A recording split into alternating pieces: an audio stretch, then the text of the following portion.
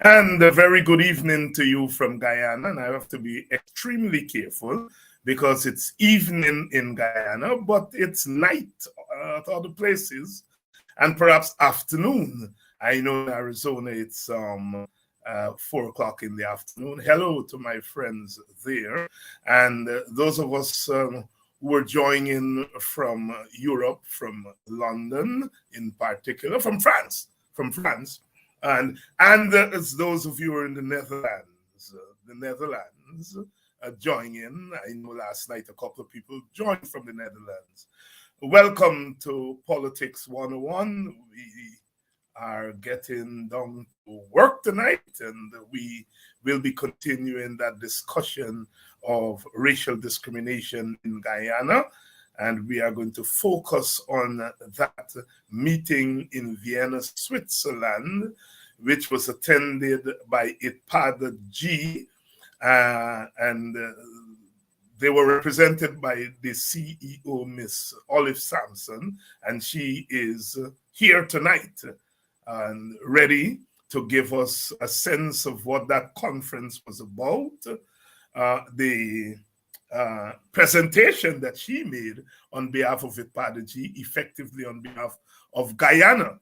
The Guyana government, in its infinite wisdom, of course, did not attend the conference.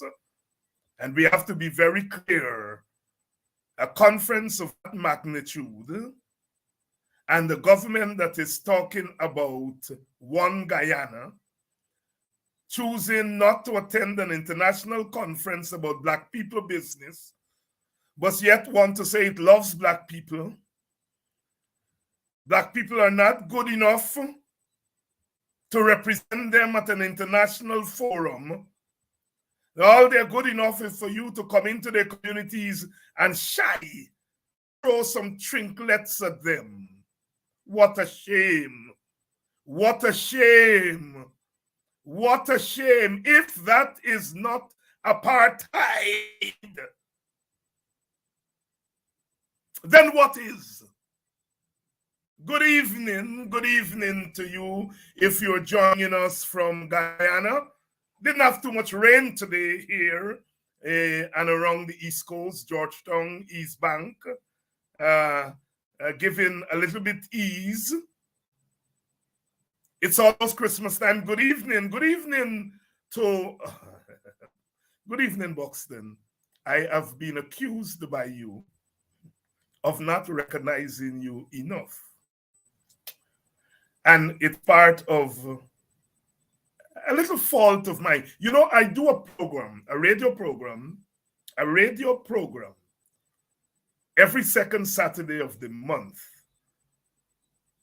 emanating from a radio station in Baltimore, Morgan State University. And I've been doing that now from 1997. So you're talking about 25, 26 years.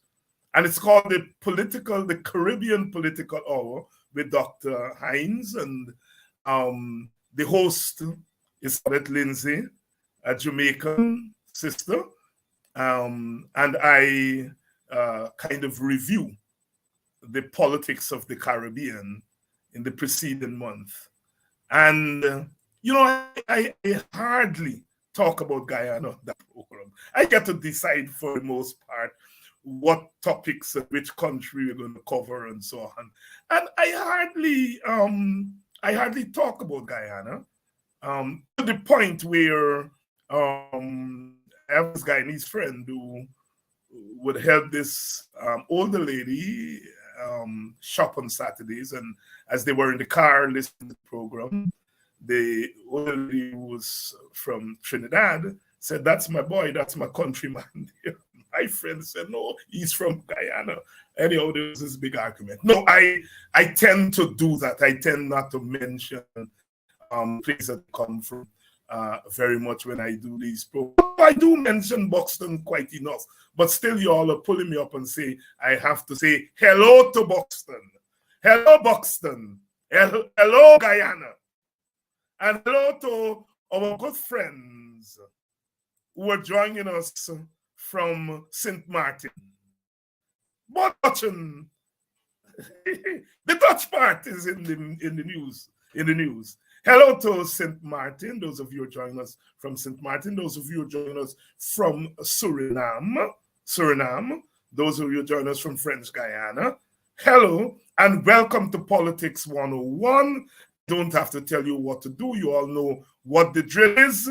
Let everyone know that we're on. We started a few minutes so that I can get in a little bit of chat and such like. Calvin, I want to thank you for making your year-end contribution. I also, Mia, I have responded to you. If you can check your email, not your email, your inbox to me, I have responded. And thanks for taking me way back, because Edward Camus Braithwaite was one of the early poets that I encountered as a schoolboy. And I remember his poem on a 1960 cricket match. When the chips are down, you can't find a man to hold up the side. One of the early literary influences on my generation, certainly, and on me. It's a pity that I don't get back to poems as much as I get back to others. Certainly Martin Carter is close to my heart. But Edward Braithwaite is one of the original. He's really a titan, a giant of Caribbean literature. He didn't just do poetry, he also did prose, and he did nonfiction. I'll put him in the same league of people like George Lamin, poets and thinkers. And thanks for reminding me. And it's good to see young people getting back into our roots. Edward Camus Braithwaite, originally from Barbados, spent a lot of time in Jamaica. I think he was married to a Guyanese. I'm not sure, but I think he was married to a Guyanese, and he spent some time in Guyana. Certainly he was here at Carifesta in 1972. 50 years. This year is 50 years of the first Carifesta held there in Guyana. 1972, 1973, we are going to break the ice with Cuba, and we are also going to sign the Treaty of Chaguaramas, put in place CARICOM, which is still here today. Beautiful period of being alive. I was a schoolboy then, getting into people like Edward Camus Braithwaite and Martin Carter, Edgar Metherholzer, who remains one of my favorites. In fact, we had a drama group in Boston called Metherholzer Drama Group, and we would go along the coast and whole concert. We went as far as Union, number 52, 53 there. I remember well, we went to Manchester and so on. The Edgar Metherholzer Drama Group out of Boston. I was smitten by him. Wonderful writer. And of course, Samuel Selvon was my favorite short story writer. And Naipaul was Naipaul. Naipaul was Naipaul. Great writer, but for us young people who believe in our Caribbean self, Naipaul's negative portrayal, although some of it may have been true. But Naipaul, yes, we respected him, but he was not A.J. Seymour from Guyana, Kike Overall, and so on. It was a time that you could not miss the arts, because in 1973, Bob Marley is and the Wailers are putting out their first album, Catch a Fire. A lot is happening in 1972, 73, 74 with Richards and the Roberts are now coming into the West Indies team with Gordon Greenidge, setting the stage for that great run of 2 decades of domination by the West Indies cricket team. Clive Lloyd takes over the captaincy in 1974. He was injured in 1973. The West Indies selectors were not about to pick him. The government of Guyana under Forbes Burnham paid his passage to come home. He came to border, he played against the touring Australians, hit a century, and he was back in the West Indies team.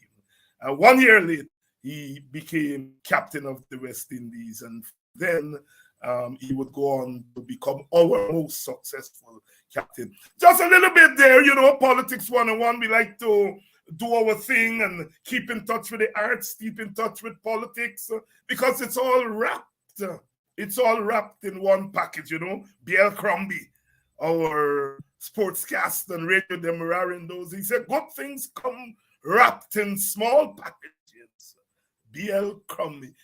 There was an Englishman who settled there, but he was unique in the way he presented sports. I mean, 5 minutes to 8 was B.L. Crombie Sports News, and he would do it in 5 minutes, and others will read that same news in 10 to 15 minutes, but he was the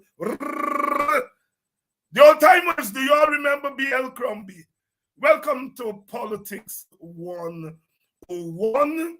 And of course, in the early 70s, you went to Theatre Guild, and you know, the Ken Corsby, Ken still alive, Mark Matthews, Henry Mutu. They were the giants of theater. Our own Ron Robinson was here, but your Patty Gomes and these people. One may say that they were the light-skinned people of the society and so forth. But that's where our society was. The Black Power Revolution was going to change all of that. By the end of the 1970s, you had people like Henry Rodney and Kwesi Ojinga and some of the other dramatists that we are, Margaret Lawrence. By the end of the 1970s, they're the ones who are taking over at the Theatre Guild. Welcome to Politics 101. As the society begins to becoming, the society at the higher levels was becoming blacker and browner. Blacker and browner. The Black Power Revolution of the late 1960s, ushering in a consciousness that permeated every facet of the society. But one of the things that we've learned is that laws may change, but the structures in the society may stubbornly remain in place. And so although we would have dealt with the issue of blackening the society and browning the society at a particular level, we did not, perhaps mistakenly, we felt that we had come to the end of race. You know, we aspire to be one people, one nation, one destiny. Some people took that to mean cargage, reality, rather than aspiration. And I think we may have gotten ourselves tangled between aspiration and reality and thought we had come to the end of race. A decade ago, the United Nations recognized that we may have tangled ourselves up. And they said, while laws have changed around the world, people of African descent, black people, continued to face racism. And so they dedicated a decade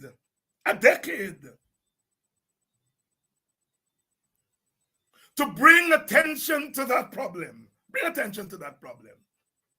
Not me, not IDPADA-G, not ACDA, not Coffee 250, not the 1st of August movement, the United Nations.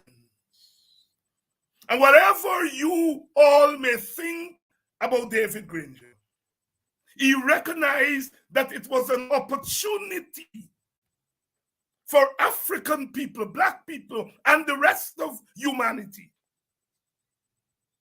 to begin to grapple with a perennial problem.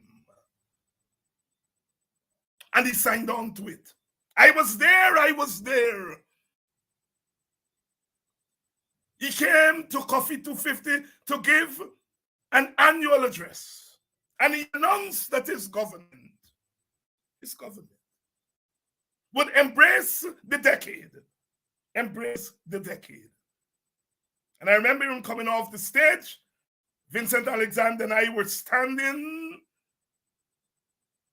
and he whispered to us. I still have that picture because somebody clicked the picture, that you all got to make this thing happen.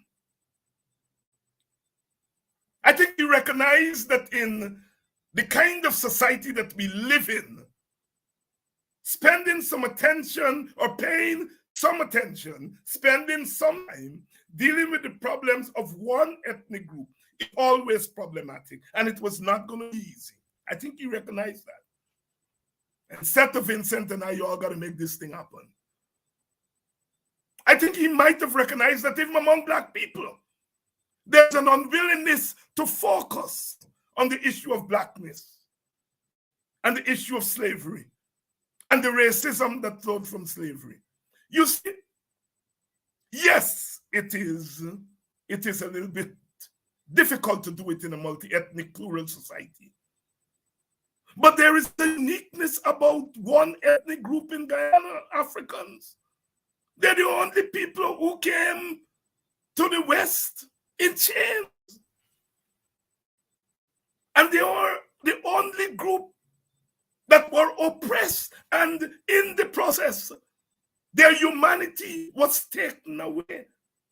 Legally, constitutionally, and in fact. They're the only people who experienced apartheid before apartheid became popular. There's a uniqueness of that experience. They're not better. They're not better.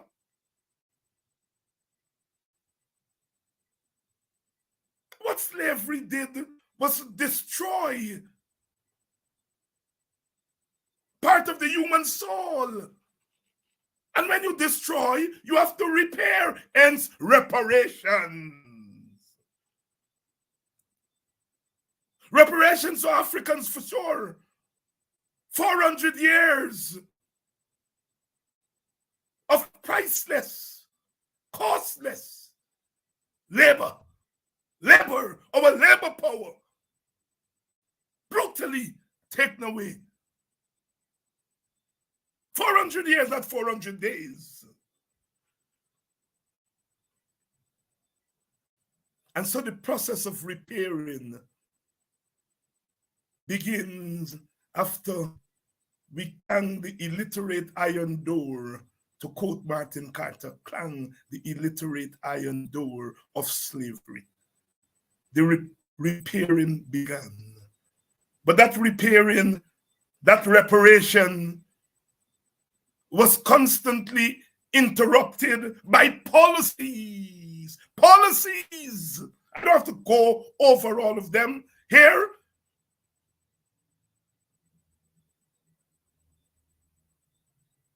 Reparation is not just to Africans, because slavery destroyed the enslaver also. Soulless consciousness. And those who came after bought into some of the narratives of slavery. And they've messed up the mind of Guyana. I can't say black. I can't say black power. I can't say black is beautiful. The dogs of ignorance pounce on me. You are a racist. Oh, I am the son of Africans who slave for this country, and I can't call the name of my ancestors. Open this morning papers. Dr. David Hines, at least they call me doctor, plays the race card. Because I put my black face on this screen, I am playing the race card. Because I cry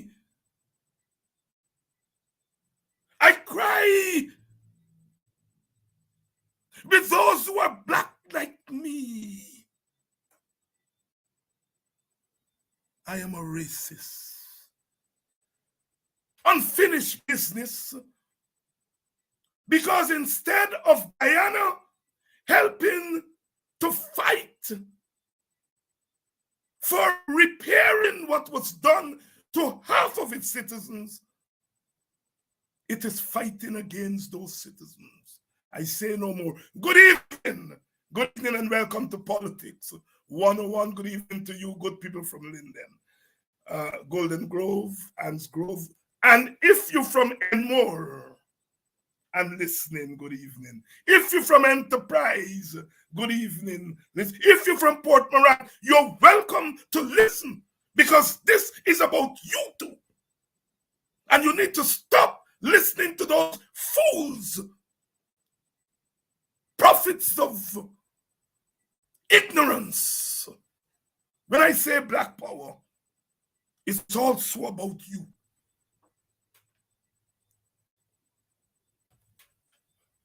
When you are kicked to the bottom, and as Maya Angelou said, and I rise. As I rise, I raise the rest of humanity with me. Martin Carter says, I come from the nigger yard of yesterday to the world of tomorrow. I turn with my strength. Strong black man. Gotta be strong to deal with the world that once made you weak against your will. You gotta be strong. To the world of tomorrow, I turn with my strength. I shall not be silenced. No, I will not still my voice. I have too much to claim. I learned from books, dear friend, of men hungering in a room without light. Of men who could not die because death was far too poor. So if you see me looking at your hands, or listening when you speak, or marching in your ranks, know that I do not sleep to dream, but I dream to change the world. I dream to change the world. The words and wisdom of our Guyanese poet, Martin Carter. When you all are finished, I want you all to go and read a poem by Martin Carter to your children. I do not sleep to dream, but I dream to change the world. He was not black like me. He was brown, but he embraced his Africanness. He was mixed, but he had the presence of mind to know that there's not a race called mix. All right. We ready? We ready to roll. Sister Olive Sampson is the CEO of IDPADA-G. IDPADA-G is not an accident. IDPADA-G is not an afterthought. IDPADA-G today is suffering the indignity of its government taking away funds, our funds, black people funds, Indian people funds, Amerindian people funds. A little clique taking it away. Undermining the work of Africa, undermining the work of Africans, undermining the work of black people. That money was passed in our parliament. How dare you say you respect the rule of law? It is Christmas time. I want to save my breath. to breathe thoughts of love. I shall leave the imbeciles for the moment where they belong. They are political imbeciles. I do not question their humanity. I am not God. But I question their human intentions. Long time you courting girl and you go for meet the mother. They say, "What's your intention, young man?" Ask our government, "What's your intention, Mr. Government? What's your intention, Mr. PPP? What is your intention towards poor people, towards poor women, and towards poor Black people? Talk to me. Because I could talk to you. I ain't frightening you. And I ain't telling people who listen to me to frighten you. Stand up to you. Who the hell are you? All right, let's talk. Let's talk. Bring in Sister Olive. My dear brother. The first time I worked tangentially with you was when Guyana celebrated its 25th independence anniversary, and you, along with our dear brother and others, and I'm talking about Clarence Ellis and others, yes, put on a magnificent conference in Washington, D.C. I was still living there at the time. Ever since then, we have worked together in various organizations and various capacities. So I think I know you well organizationally. If my math is right, that's over 3 decades. It is. Yes, and thank you for giving long before you returned in the flesh. You were giving back to our country. I know you were very active in that women's organization at Proton. That was the biggest function in Washington, D.C., Maryland area. Remind me of that organization. Guyana. Yes, Guyana. So you've been doing this thing long. You're not a no-comer. You're not a no-comer. Some people think. I wanted to say that. You obviously have paid an interest in the news coming from the Netherlands that the government has apologized. Now, when a slave-owning country, an imperial country, makes a move like that, it is not whether you like the move or you don't like the move, but it's a move that's worth talking about. What are your thoughts on that announcement? Well, first of all, one, as you pointed out, one has to acknowledge it and be relieved that finally a European nation is being courageous enough to apologize, to recognize the crime that was committed, the greatest crime against humanity. You know, David, I've never said this publicly, but one of the things that puzzles me is how one human being could look at another and not recognize his or her humanity. How do you look at another human being and not know that that's a human being with a soul and the same desires as you? I mean, I question, where were the leaders of the time? What kind of leaders were they? And as we look back on history, you know, we ought to be questioning what manner of person, what manner of being for 400 years seeks to destroy for gain, just simply for gain, other human beings. How do you, I mean, it's very hard to wrap your mind around it when you think about the enormity of it and put ourselves not just in the place of the victims, but in the place of those who were perpetrating this crime. You have to ask yourself, what manner of man? Who are these people? And so when they finally, in some way, show their own humanity, I find that it's a relief, because now we're beginning to see each other as we truly are.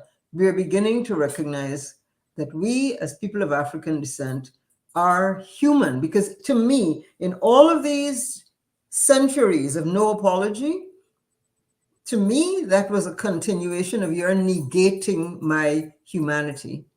And so I think it's regrettable that his apology did not include Guyana, the 2 Dutch colonies in Guyana, 3, Essequibo, Demerara, and Berbice. And so, as you know, the chair of IDPADA-G has put out a letter pointing out the long history of Dutch colonization in Guyana. In fact, the Dutch were the first to enslave Africans in Guyana. And the exact date is somewhat debatable, but we know that the Dutch West India Company was granted its license, as it were, in 1621, and that they began to trade at that point.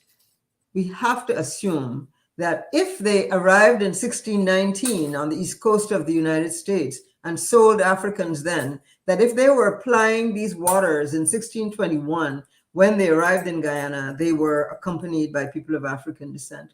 The mere fact that they constructed Fort Kaikoverall and did other construction, that means that they had the labor force to do it. We know that the Amerindians did not do well, did not engage with them in terms of being enslaved and made to work. So I'm giving you a long answer, but I guess I just wanted to say that we are grateful for that. We are already working with the Dutch archives. I heard Vincent mention it last night, that we have a memorandum of understanding, IDPADA-G does, with the Dutch archives. And under that memorandum, we have been able to train 2 persons in Old Dutch. But one of the exciting things that they have done for us, and it's almost completed, is that they have arranged for and paid for the translation of over 900 interrogations really, of Africans who participated in the Berbice revolution. Those people who returned to the plantation, they interrogated them. I don't know under what circumstances, but they kept a record of all of those interrogations, over 900. And they're fascinating. I've received some of them. They're fascinating to read in that they name names. They call each person by name, which to me begins to bring my ancestors alive. Call them by name, and each person is asked where they were and what they did. I'll just give you one that I recall very vividly, because this man was being questioned, and he was asked, who was this man Kofi? And he said, and I can just sense in his language, perhaps it's my imagination, but he says, Kofi was my general. He was my leader. And he said it, and that was all that he said. That is who Kofi was. He was my general.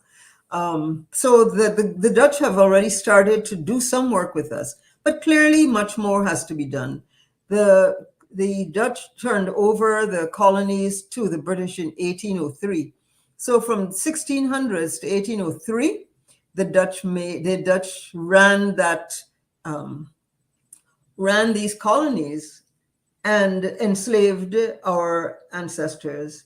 And therefore we must work very hard to bring that to their attention and to develop a set of programs and a reparatory sets of initiatives that would bring us some compensation, some reparations for what they did to our people. Because, David, and this is my last point on the subject, the thing about it is that it's not only the pain, and I know I'm speaking to perhaps preaching to the choir, something that you, I'm sure, feel and understand, but just it can never be said enough that the legacy of our enslavement lives on in all of the narratives that were woven around us in order to enslave us. The notions of lazy people, people who could not learn, people who were just animal strength, all of those narratives are still there. They're woven into the fabric of the way history was written. They're woven into the way our societies operate. They're woven into notions of the criminalization of our people, right? All of that. So in reparations, this reparatory justice is huge. The work that has to be done to undo what was done to us is enormous. And so the fact that we got a decade to begin to think about it, because that's all that one could really do in a decade, to begin to think about it, to do the training, to do the work that's sort of the low-lying fruit. But when it comes to rewriting history, to teaching the rest of the world what is true, the truth of African history, right?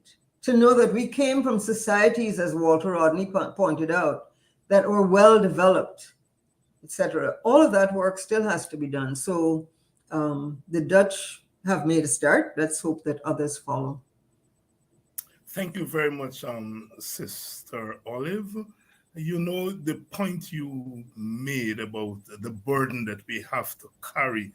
Last night, I went to the gas station in Buxton to gas up, and as I was doing so, a youngster called out to me, David, David, and I parked my car and went out, and turned out to be one of my young friends. And he instantly began to talk about what's happening to our young people. And he began to enumerate things that I see happening among other ethnic groups.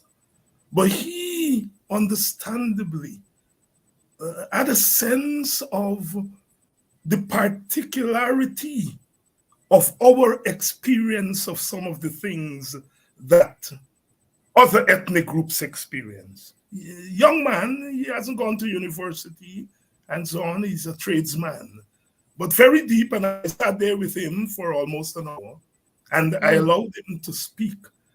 And as I drove away, I thought about this program today.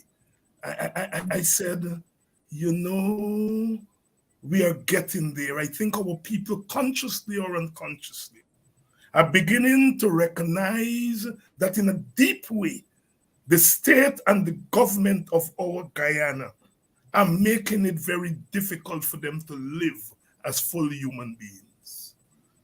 And that young man, you know, whenever he sees me, he always say, David, you don't do all the doctor thing. All I want you to do is to bring some books for my daughter, to bring some African books for my daughter. I tell that story to say that there is both a recognition in Guyana of what's happening, but there's also a sense of despondency that human beings today seem to be falling into the mold of what you described about the slave owners and the questions you asked. What manner of men?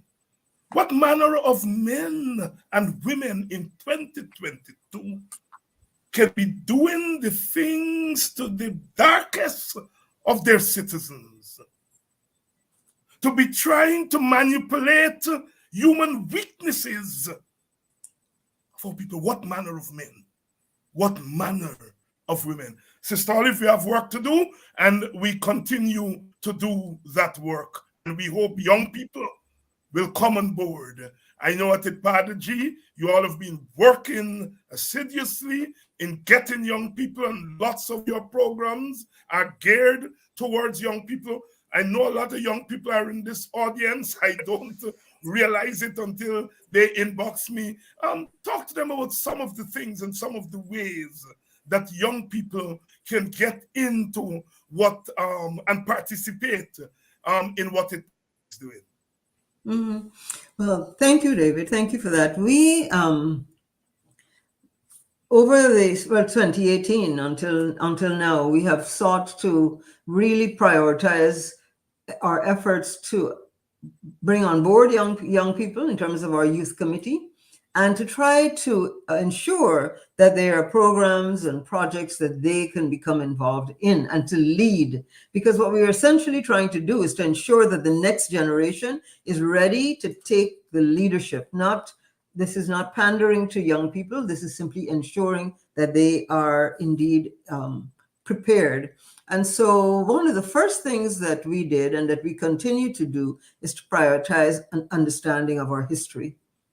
Not only does IDPADA-G have as one of its policies, and something we began to have a conversation with with NSERD about in terms of its curriculum development around history, is looking at the text and ensuring that the history that is taught is in our schools all the way through to tertiary, that the history of people of African descent and of all Guyanese is accurately portrayed. We internally work with our young people to ensure that history is a part of what they include every year in their conference. So we have a youth conference every year. Usually it's held between February and late March. Last year it was held quite late, but normally it's between February and March. Part of that is history, but one big thing involved in our conference is entrepreneurship, helping young business persons. So we have an investor-thon. Young business persons are able to submit their proposals, their business ideas, and through a process at the end of which 5 young persons are, through working with mentors, helping them develop their business ideas, and they're making their presentations, 5 winners at the end. This year, the first prize winner won $500,000. He was a furniture maker. That is what he did. His business made furniture both for export, but for the local market as well. But really ingenious ideas. And two other young people were involved in agriculture, and so on. So we support their business ideas. Let me just say, in terms of this investor-thon, as people applied, we gave them the opportunity to participate in a day-long training program for young business persons on how to improve your business, develop or improve your business plan, all the aspects of developing a marketing plan, etc., with business experts. So they got that opportunity. So we help them with their business ideas. We support young people who are looking for a second chance. Some young people who have dropped out of high school or haven't had the chance in one way or another, we support 2 night schools, one in Sophia and one in Kildonan on the Corentyne coast. That is so that those young people can have another chance. And I should mention that because the government has cut our funding, we are behind in our payments to those schools. We're grateful for the donations of persons through our fundraisers where we've been able to make payments, but we are behind, and so grateful for contributions to help us keep those 2 schools going. They together have about 130 young people who will take CSEC again next year. Some they did this year, they'll do it again next year.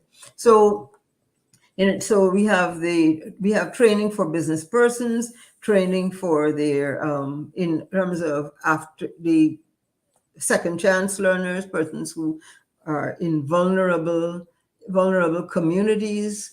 The leadership that comes out of our youth committee, where they take on projects, for example, the Victoria Primary School, where we are refurbishing the library. We're going to stock it with books. That's a project led by our youth committee.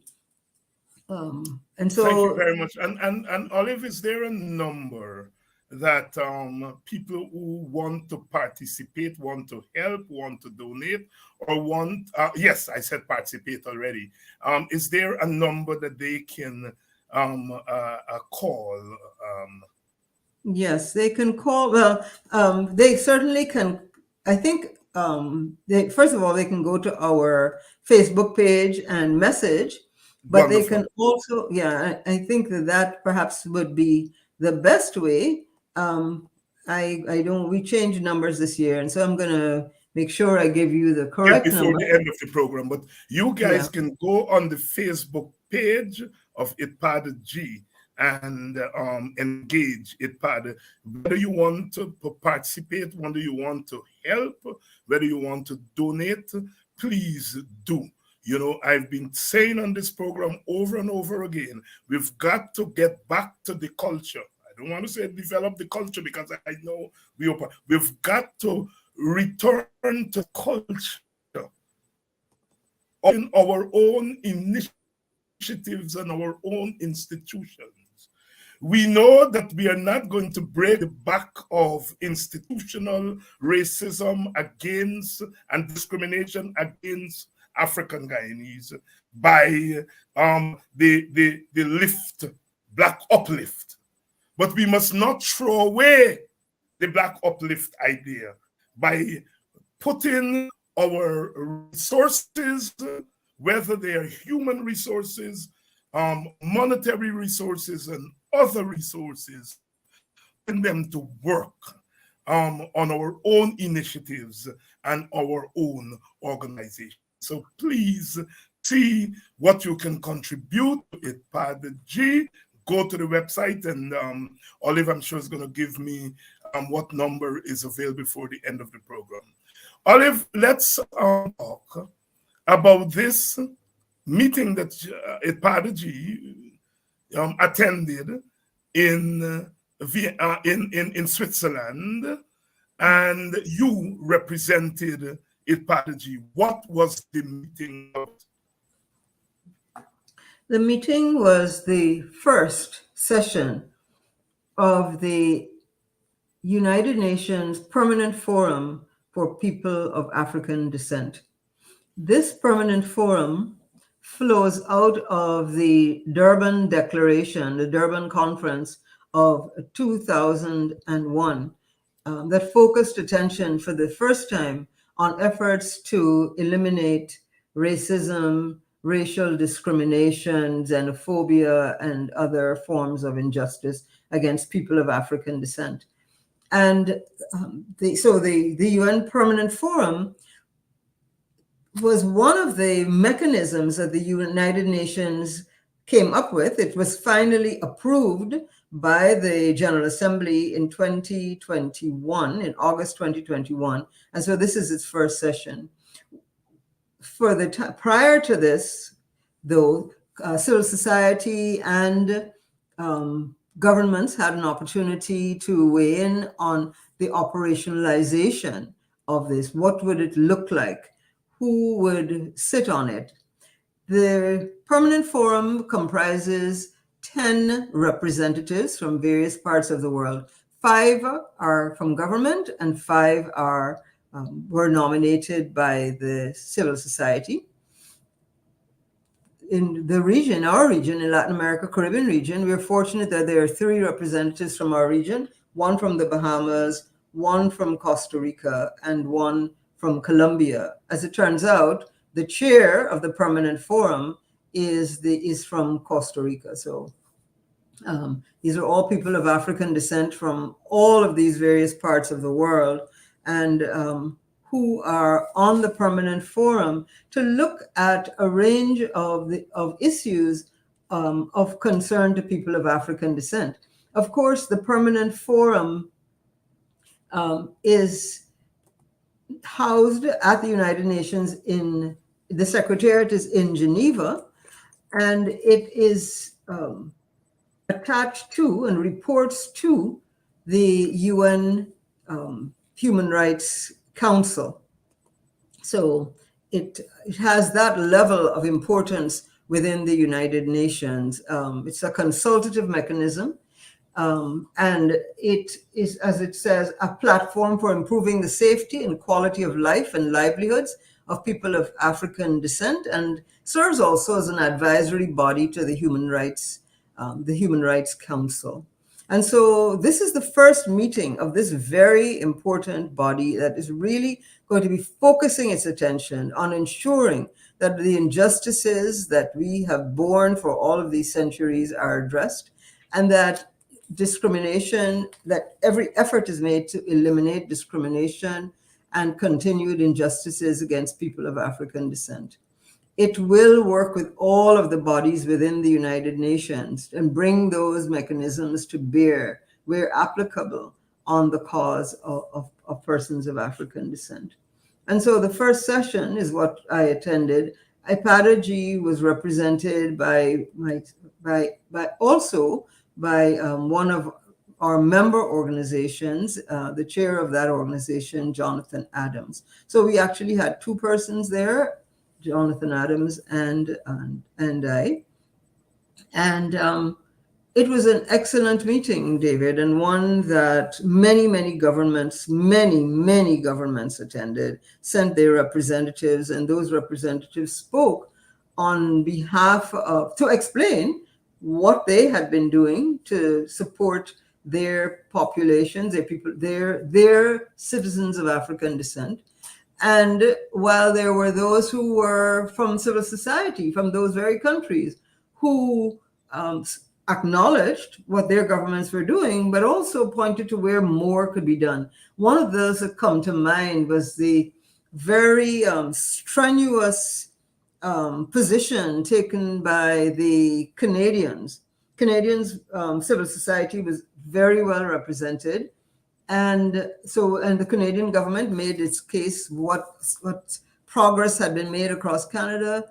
That was acknowledged, but the civil society representatives from Canada acknowledged that, but also pointed to what were still abiding issues that needed swift resolution.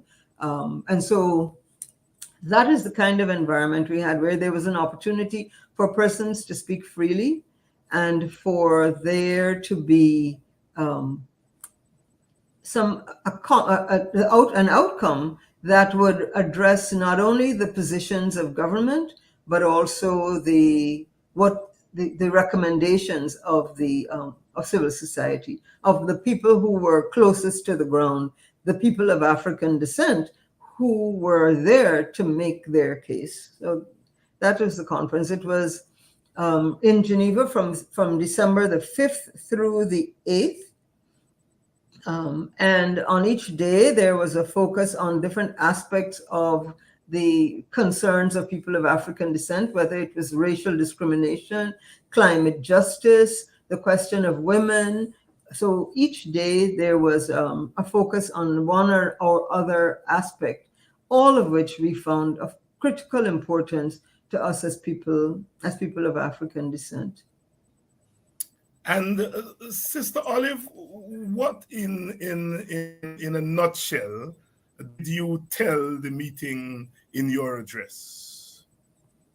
Well, essentially, so let me tell you a little bit about that, because I think it's very important for the public to understand. IDPADA-G is, and I may be repeating things that people already know, but forgive me, there's always the chance that someone does not know. That is that IDPADA-G is an umbrella organization of 65 African Guyanese organizations spread across Guyana. And so IDPADA-G brought together its member organizations and also invited other members of the public to discuss this conference. I should say, and that took place on November the 20th. But even prior to that, this year, we have had cluster meetings where we've gone to our communities, or groups have come to our office to talk about what are the issues of concern. How can we better serve you? What's going on in your community? And so we've heard from people also at our annual general meeting, which was held in October, of their concerns. not only in those meetings, but obviously people come through our office on a regular basis seeking assistance in one way or another. And so we hear from our membership all the time. And they're, as I said, across the country. And so when we brought them together on November the 20th, we wanted to hear from them so that we could take a message from the African Guyanese community, not from any individual, certainly not Olive Sampson, certainly not Vincent Alexander, or the group that is our coordinating council, but a message that reflects the position of people of African descent across the country. And essentially, what we said was that people of African descent in Guyana are concerned that the government of Guyana is not living up to the decade. That in fact, within this decade, it has, and in fact, you know, when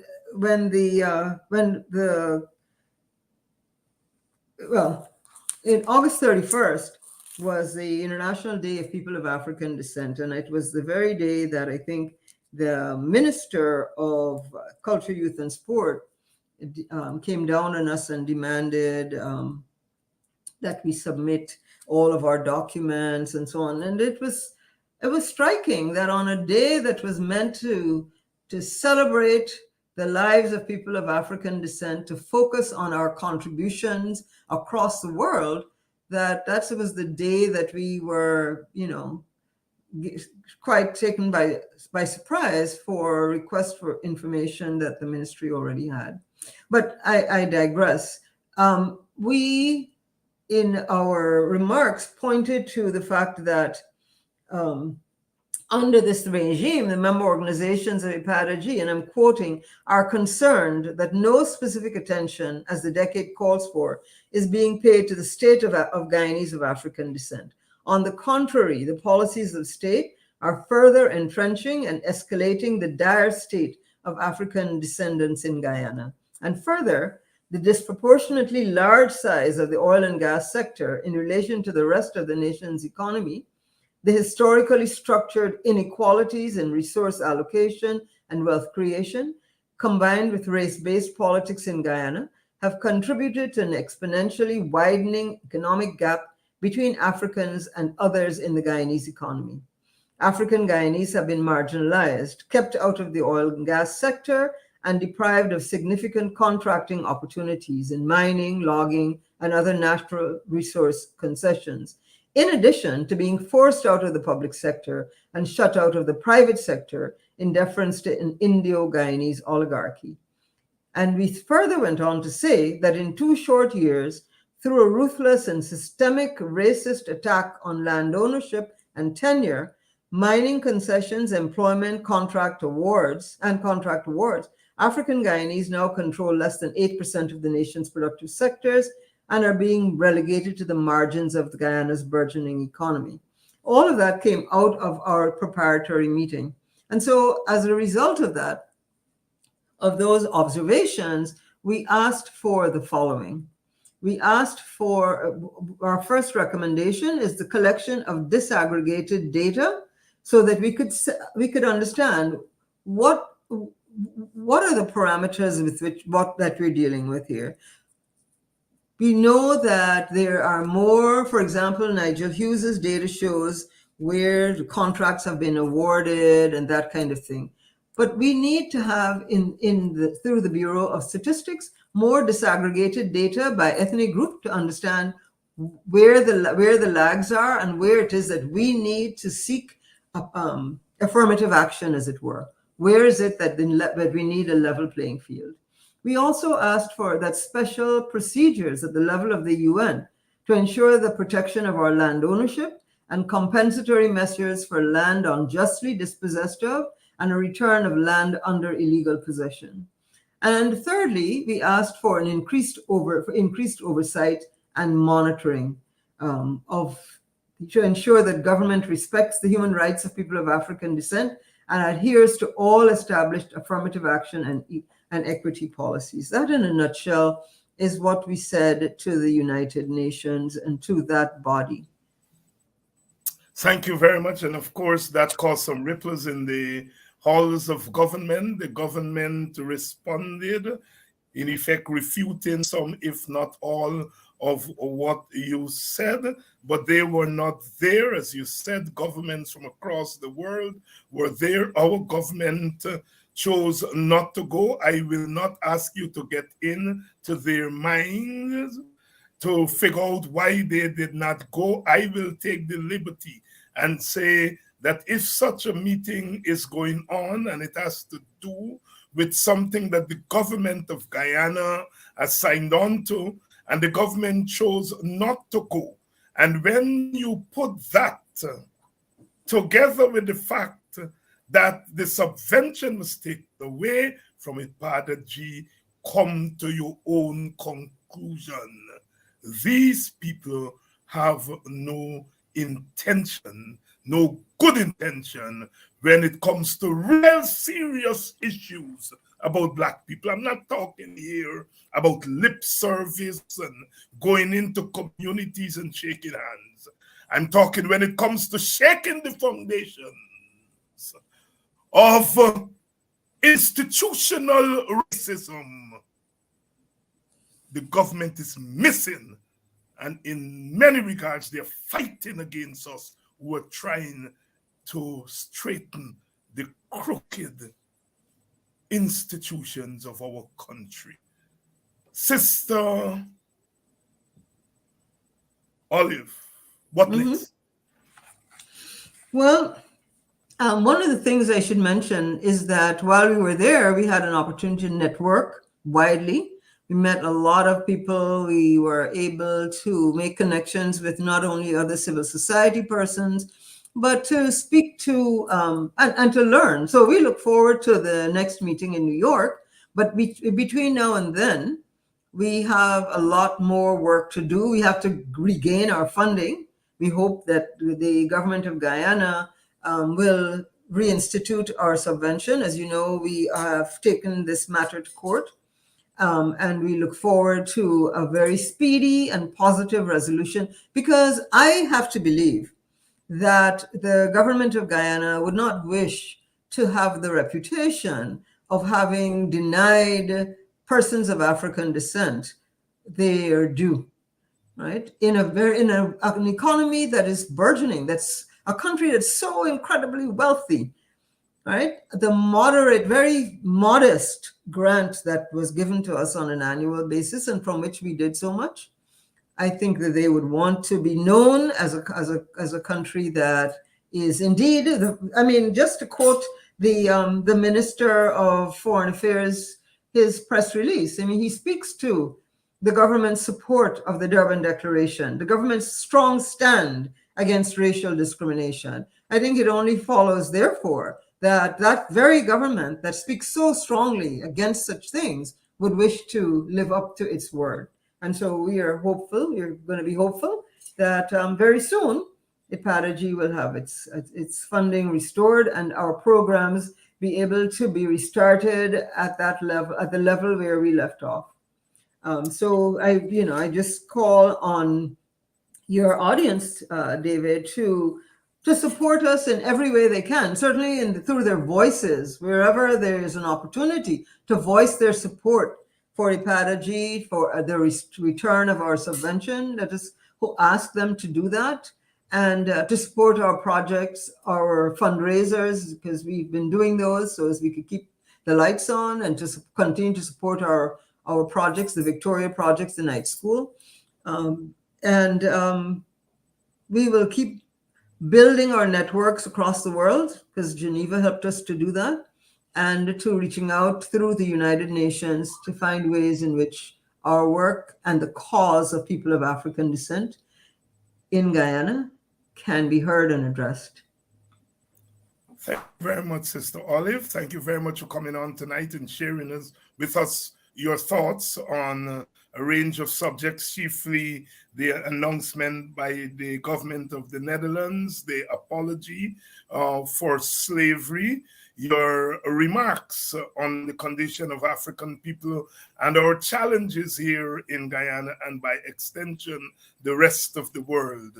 You also took us to that meeting in Geneva, Switzerland, and your own remarks on behalf of your delegation and IDPADA-G and African Guyanese and Guyana in general. Of course, IDPADA-G continues to recognize and to live out the mandate that it was given or it took unto itself for the International Decade for the People of African Descent. It is always, as I said at the beginning of the program, tricky. It is always controversial whenever you look at the condition of one ethnic group in ethnically plural society, but we must look at the African condition, because to deny the scars of bondage, to quote AUC and Chaiko Guyana, to deny that the scars of bondage are still raw on the backs and other parts of the body politic and the individual bodies of African, is to bury our heads in the sand. In this, the season of the birth of the Christ child, himself a revolutionary, himself suffering oppression, we remember our own suffering, but more than that, we remember the times that we have overcome. And once again, we are called upon to overcome this modern manifestation of slavery, this modern manifestation of slavery. Slavery was not just about laws. Slavery was not just about officialdom. Slavery, like all heinous systems, it was also about practice. And practice, we know, outlives laws.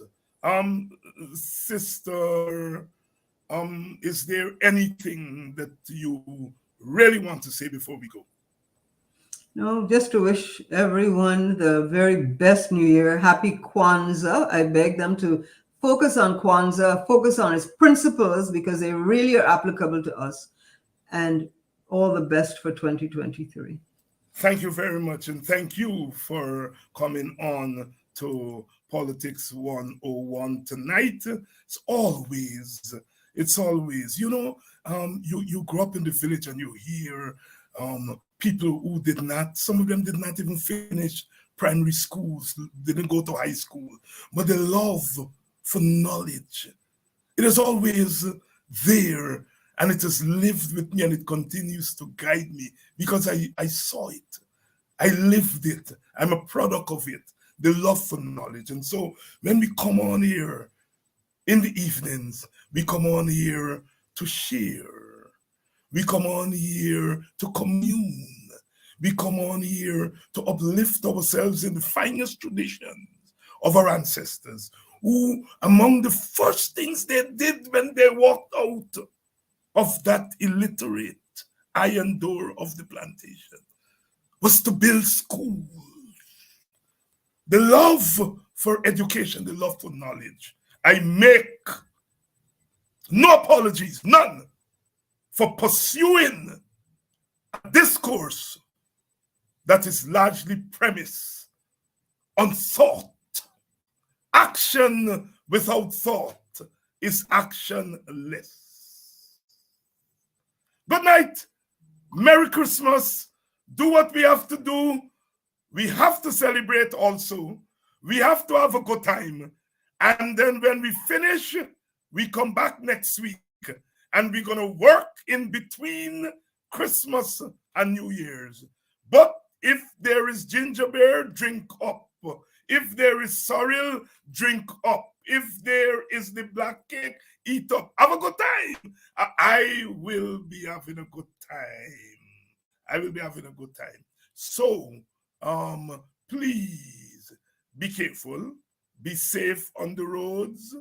Don't overdo the thing, because we got to live, not just to fight the struggle, but to win the revolution. We want to be alive. Merry Christmas. Merry Christmas. Until next week. And thanks to Calvin and somebody else who contributed. And as we move towards Christmas, remember, if you can, please contribute to our cause, contribute to our program.